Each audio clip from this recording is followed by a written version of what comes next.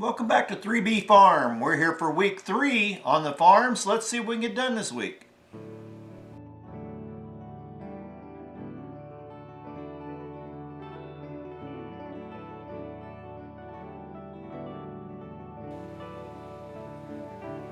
So welcome back to 3B Farm. We are here for week 3 on the 3B Farm, and got a whole lot of stuff to do this week. I'm also trying to put together a proposal for a grant and see if I can get that accomplished this week. So that's going to take a little bit more of my time off and on too. I did finally get my business plan written and formalized, and it looks pretty good. And there's just certain things that are open to veterans, and I served my time in the Navy, a little more than my time. I didn't retire, but I spent several years in the Navy. So if those types of groups can help me, I'm going to take advantage of it. So in any case, I may not get the grants, but I'm going to write one this week and see how it turns out. And we'll get as much done outside as we can. I'm hoping the rest of my cauliflower comes in, because I would like to get a flat of cauliflower started as well. And then I think it's cut 3 weeks or more down the road before we really get into the other stuff ahead of the market.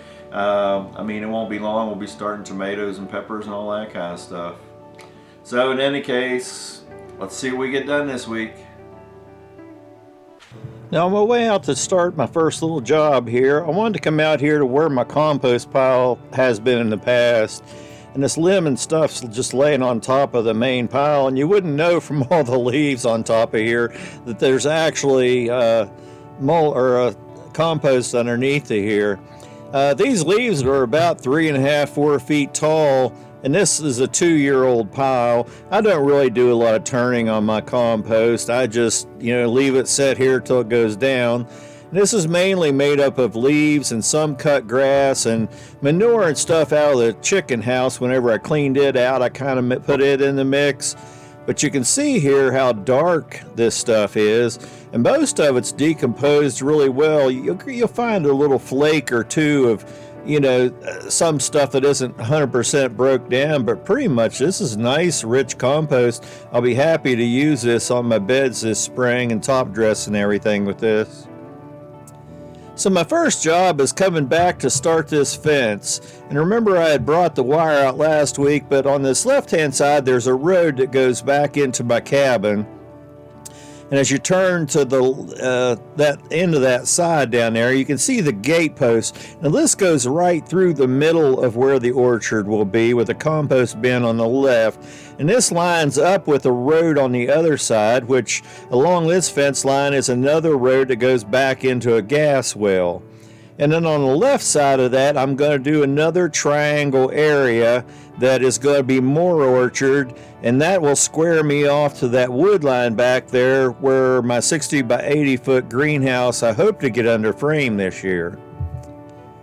But you saw me bringing all my last materials in here for the fence, and I went and found some staples and my hammer and a couple things to get started on this, and I'm going to roll this wire over to the other sides because that's just the way it rolls out. It's, left hand, right hand.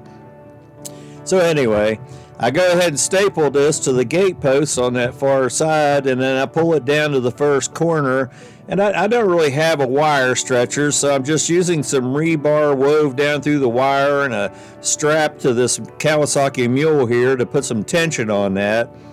And once it's got nice tension to it, I come back and put nails or fence staples in all this to hold the wire to the posts. And then I come down this last side and I'll go all the way to the gate there, and that's this whole end with the 4-foot wire on the bottom of that. Now this fenced in area, this is going to be 7 feet tall. That lower wire is only 3 foot, but it's just what I had on hand, and I can't afford another roll of wire right now, so I'm going to start with this. But I'm going to put 4 feet of chicken wire up above that. And the gate posts and the corner posts are all tall enough, but as you can see, the line posts in between won't quite go up as high as 7 feet. So what I intend on doing is drilling a hole in the top of all those 4 to 5 inch posts and taking a rebar, a 1/2 inch, and driving it down in that hole and extend the post up high enough to where I can use wire and tie the chicken wire onto that. Now, another issue I have in these areas is the rabbit population. I have, rehomed rabbits here, but there's just a bunch of them here, and they seem to be able to get into just about anywhere they want to go into. So one of the precautions I also take on these fenced in areas is I buy a roll of 18-inch chicken wire, 1-inch mesh, and along the whole bottom of these fences I run that 18 inches because they'll just go right through these open areas when they're young, and they'll eat everything. So I just do that as an extra precaution. And then on the bottom I also take sod staples, and in between each 10-foot post, about every 3 foot or so, I put a sod staple and staple the wire to the ground. I've not had any dig underneath of them, although they have the capability in doing that, but it seems to have stopped them from forcing their way under the fence. So that's just my way of doing that, and then of course there's gates and other things to deal with. But the basic fence, that gets me up to 7 feet. The deer here easily go over 4 foot.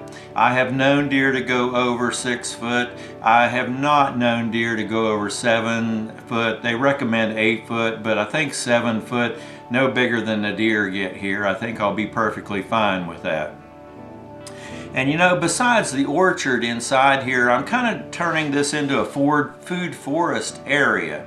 So there's going to be other bearing plants in here, and some perennials. There's going to be mother plants that I use to take cuttings from to start other woody ornamental plants for the nursery. So there's just going to be a whole bunch of other plants in here, and several of those plants they will eat if they can get to them. So, it might seem like a little bit of an overkill, but that's what I do to solve my problem. And so far in the areas where I've used this technique, I've not had the issue with the rabbits in those areas. So, that's my story, and I'm sticking to it.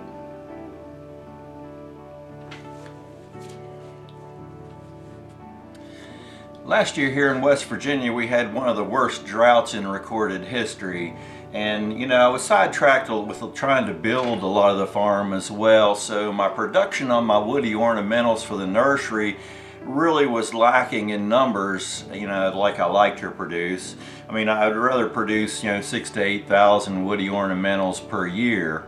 But there's two ways to do woody ornamental cuttings. The ones that root the easiest are on the brand new growth from each year, and you have to let that harden off. If you take a stem and you wiggle it back and forth and the top of it flops around, then that's not hardened up enough. But as soon as it gets to the point when you wiggle it and that doesn't flop around, then and it's not tender, then that's the point that you want to do cuttings of softwood, is what it's called. But also during the winter, once last year's growth has hardened off, there are a lot of plants that you can prune and do hardwood cuttings of. I don't do a lot of this because the softwood does root a whole lot easier, but the blueberries in my high tunnel, I've just stuck them in there a long time ago to get them in the ground because I didn't have anywhere to put them, but they need to move out to my new orchard area this spring. So I need to cut them back a little bit. And I like to cut them back anyway in the winter time because I want to keep them, at a decent height, but also bushy. I want them to get multiple limbs. I mean, I don't care if they get so many limbs I got to cut out cross branching and that type of thing, but I want them to be compact and stay fairly low as they grow so that there's more limbs to put more berry on. So anyway, in going through the high tunnel this morning, as you saw my blueberries in there, I got all of this for cuttings. So I'm going to show you how to go through and do the cuttings. Now, when I started doing production, I really did not want or have the money or time because I had a family and, with a full-time job, I just couldn't go back to school. So over the years, I've built up a big library. So, now there's YouTube and lots of other things, but you have to be careful who you watch on YouTube. Not that I'm the expert at everything, but, there are a lot of people on there that talk like they know what they're doing, but they really don't have a clue sometimes. So anyway, I like to revert back to my library. One of the first books I got when I started doing propagation was this book by Michael Durr. And this is called The Reference Manual of Woody Plant Propagation from Seed to Tissue Culture. And he's from down in the Carolinas. He has actually came up with new hybrids of plants and has a lot of name plants down through the years that are out there on the market. But this goes plant by plant by plant into what time of the year is the best time of year to do the cuttings. Some plants like to be done first thing in the spring, some midsummer and some fall. And some can be done by seed, tissue culture, hardwood cuttings, softwood cuttings, or any number of ways. And some plants just don't like to be propagated by seed, but will work okay from cuttings. Some plants will not do it all from cuttings and will do great from seed. Although with seed you get a hybrid. It could be cross-pollinated with anything else out there in the same species and family.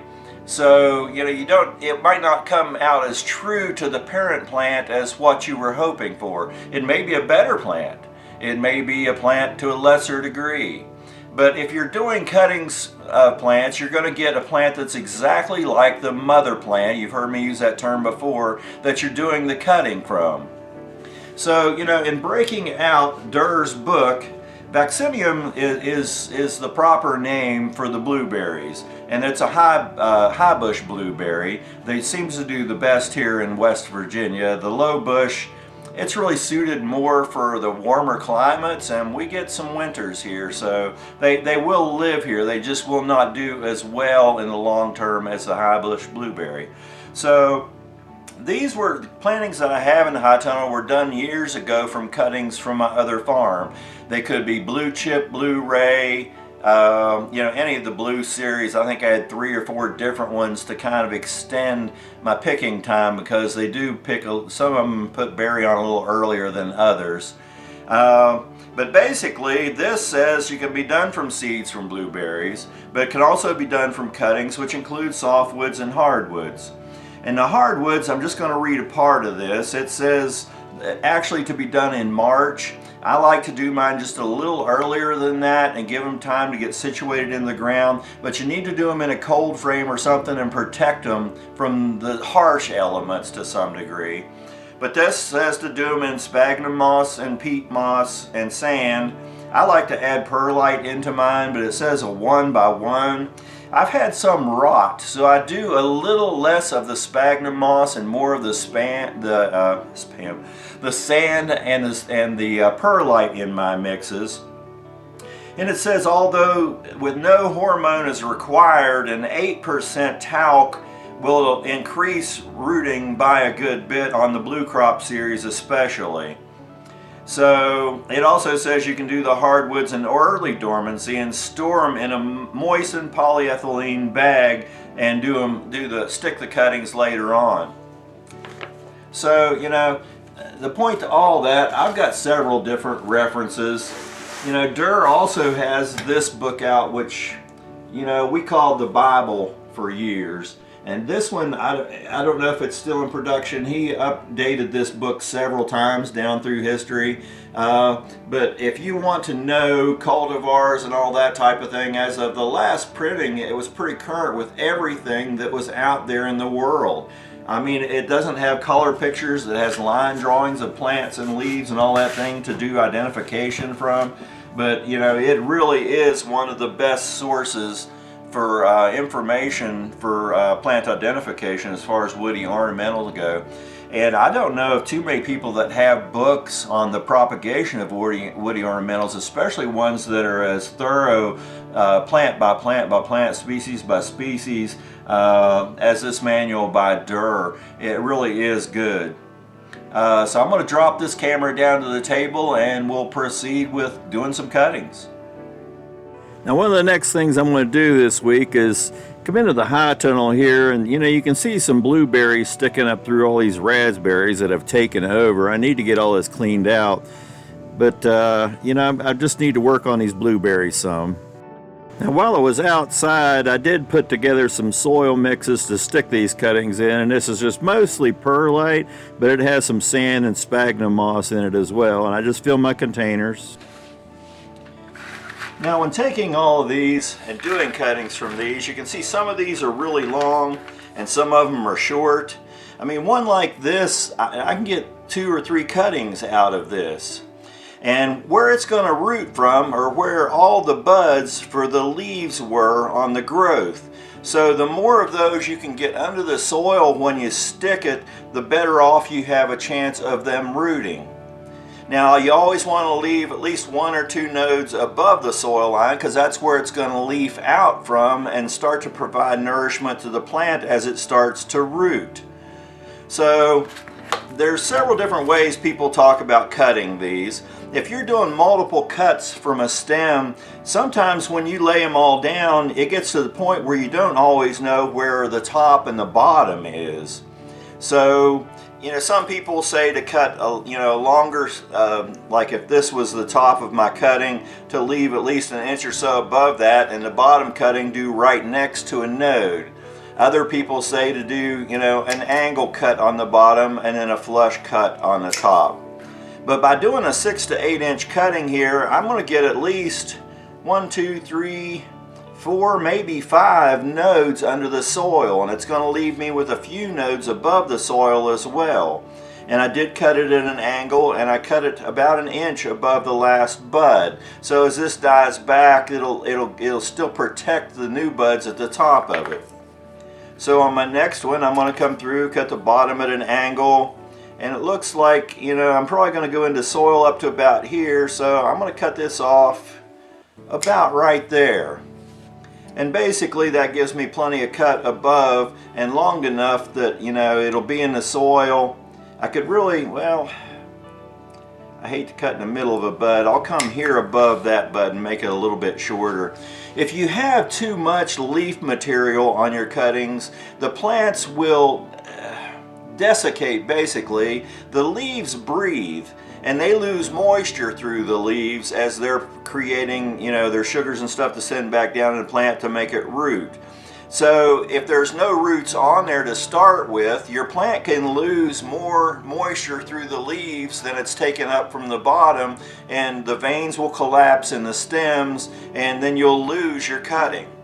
So you need to be aware of how much plant material you're going to have above your cuttings. So I'm just going to go on through all these and do all my cuttings, and then we'll be right back when that part of it's finished. Okay, so basically I got 53 cuttings out of all of those stems that I had laying there. Some I got 2, a couple I got 3 cuttings out of one stem. And sometimes you can tell by the buds whether they're going to be flowering and fruiting buds or not. On some plants, on these, I don't think there's any flowering buds on these particular stems. But if you do find buds that are going to be flower buds, you want to remove the flower bud, because it'll put all its energy into going to flower and creating seed to extend its life through seed, versus trying to spend all that energy trying to put roots on to create a new plant. So rhododendrons, azaleas, there's a lot of plants that if you're doing cuttings of later in the year, which they're actually easier in the early part of the year from softwood cuttings anyway, but if you are doing later cuttings, try and remove the flower buds if you can, because it'll help you with your rooting. Now, when it comes down to rooting a lot of plants, some plants like the willow family put on or basically have in them the type of acids that promote rooting. Some people use teas that are made from willows to stick their cuttings in to help them get rooted.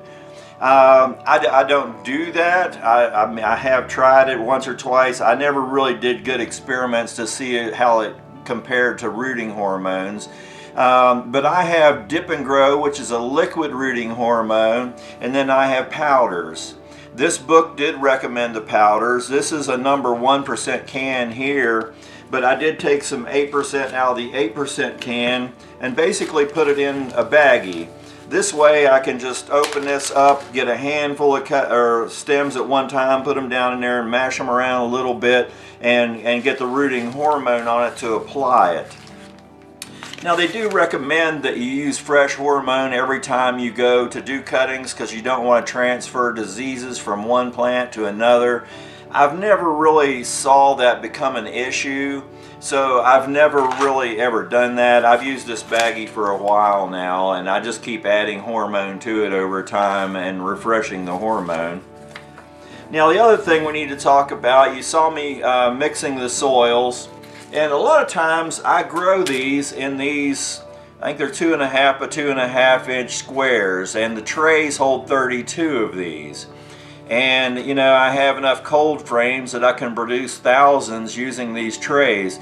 And you know, it's convenient for the point that when you come to transfer these into, you know, a larger container and bigger soil mixes, that these are self-contained. You don't have to get the roots broken apart to move them from one, you know, this container like this big one I'm going to use for these to go into another container. And there's times where, you know, in 6 to 8 months when these need to go into containers, I might not have the time to do that. I've got a few plants, well, actually quite a few plants in my container or soil cold frames, out there that have been there for a couple of years, and they're really rooted in. If those had been in a container like this, then it would be heck to try to get them into water and separate those. So basically, since I'm using this bigger container, a lot of people just go ahead and, you know, dip their cuttings in the root hormone, just stick them down in the ground. I've not known this to be a problem, but it's just kind of my thinking, and this is what I do. I normally I have this old pencil, you can see I've used it over and over and over again, but basically I just go down and do holes for all of my cuttings.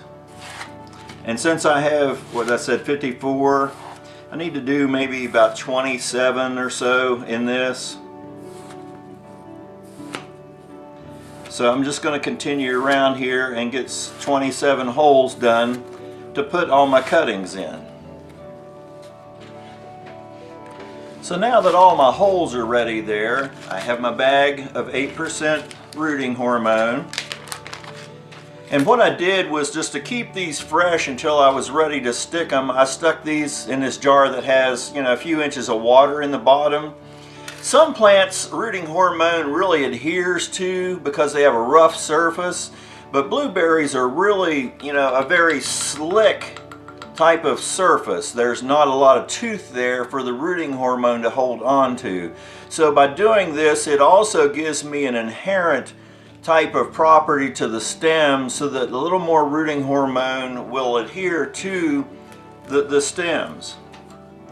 And basically what I do is I just take these out, and I'm gonna just kind of tap off the excess water on there. I don't need them dripping wet going into my hormone.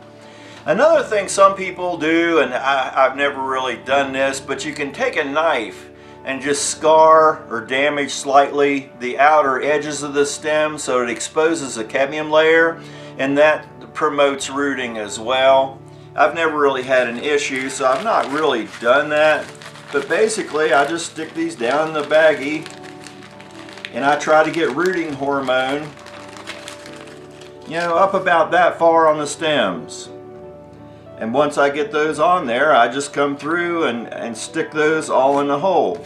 And you can see I'm going to end up with 1 or 2 buds above the soil line. So all the other buds that are down underneath should be places that these should root from.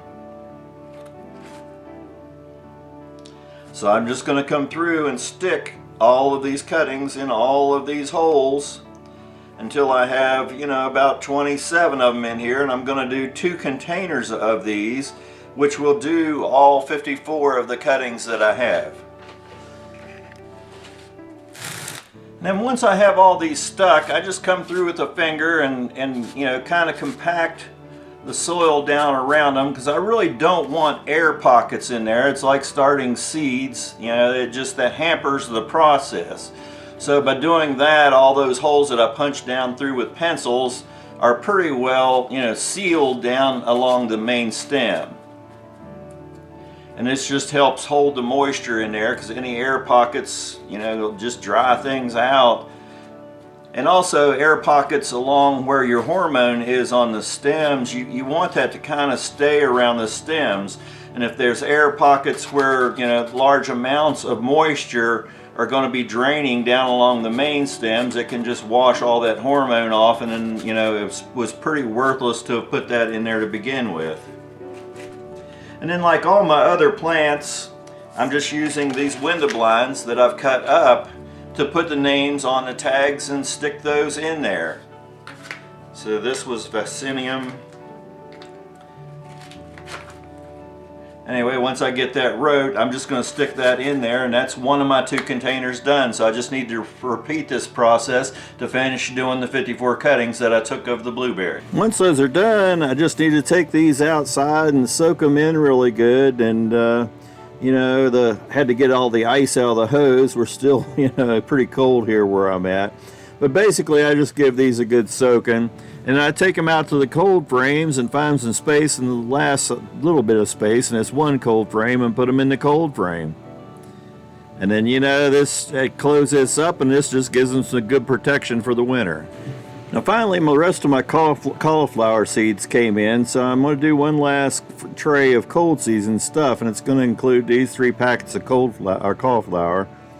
Now one of these packs was older seed, but I think it will probably still germinate. So I just filled these trays the way I did all the others. I'm coming back here and finally putting the vermiculite on top. And this vermiculite had sat outside for a long time, so it was wet inside the bag and just kind of a mess to work with. So I couldn't just use my hands and put it on. In the last video you saw me doing that, but in this one I finally figured out, well, it's easier to do with just a little spoon and scoop it on top. So, I'm still learning things at my age, duh. But anyway, this was a kind of an awkward process while it was wet, but it came through and was okay. And then I put my label on the tray that all these were, are going into, and then I set those in the tray and take them downstairs, put my dome on it and put it on the shelf, and that's the last of the seeds that I'm going to start for about 3 weeks. And I get the light situated at the right height above it and everything. And went back through and looked at some of the other seeds that I started just a few days ago. And within 2 days, I've got 2 trays of marigolds that popped within 2 days. I mean, I knew they'd probably be quick, but I didn't expect them to be this quick. These things are going to be going into cell packs before you know it. But they had pretty good germination rate, and there are still some coming up. So I'm going to have a large amount of marigolds. And it's good to see all these. I want to use a lot of these around my flower beds this year, and hopefully a lot of them will sell too. Now the other thing, I'm going to have to move is this pussy willow, this salix here along the high tunnel in the center of this picture here. This thing has just taken off this year, and you can see the amount of water that drains through my high tunnel during rains and snow melts and that kind of thing. So it loves the situation it's in, but it's just in a bad place. So I'm going to come through and cut a bunch of the top off of this so I can do cuttings from them, hardwood cuttings this time of year. So I just go through and cut a whole bunch of these. And I save some tops and put them in a glass of water because I love forcing these. The catkins that come from the tops of these are really pretty in a vase. But I just go ahead and produce 40 some here of these, and I'm going to stick these in a cold frame, so that's a little more production done this week. So there you have this week's segment of 3B Farm. It's been miserable all week outside. I have been able to get outside and do a couple minor things, but I've got so much to do outside. I need to be out there, and I'm in here doing miscellaneous things. In any case, we did get some progress this week. I got a fair start on production for the year. When it comes down to production, even if you're just doing this for plants in your own yard, you save a ton of money. I mean, boxwoods are very, very expensive, and they're easy to propagate and make your own plants. You know, and these get to be 1 gallon size in a year and a half, 2 years at the most, depending on how well you fertilize them and take care of them. I mean, you can leave things stagnant and, you know, it might take 4 or 5 years. But if you maintain them really well and take care of them, in a couple of years you have a bunch of 1 gallon plants for your house. You know, if you want 3 gallons, it might take up to 5 years or so. But it can save you a whole lot of money. So even if you aren't starting a nursery and doing this on a commercial scale, if you just do this for plants you want to grow in your own yard, it definitely puts money in your pockets in the long run. And you know, you don't have to do everything the way I'm doing it on a commercial level. I mean, you can use little, you know, red plastic cups to start plants in, drill holes in the bottom so they drain, and soil mixes you can come up with readily at a lot of different stores. The rooting hormone, you can find 1% on the market out there here and there. The 3 and 8% rooting hormones you almost have to order from a nursery supplier or somebody to get those. But you know, if you take care of plantings, 1% will root almost everything. Your percentages of rooting will be a little lower than if you had used probably the proper strength of rooting hormone. But you can make your own rooting hormone by boiling or creating a tea from willows. You know, they have the natural acids in them that stimulate root growth, and so you can make that for free. So in any case, I'm going to wrap this up for this week, and we'll be back next week with another segment of 3B Farm. And, you know, praying for spring.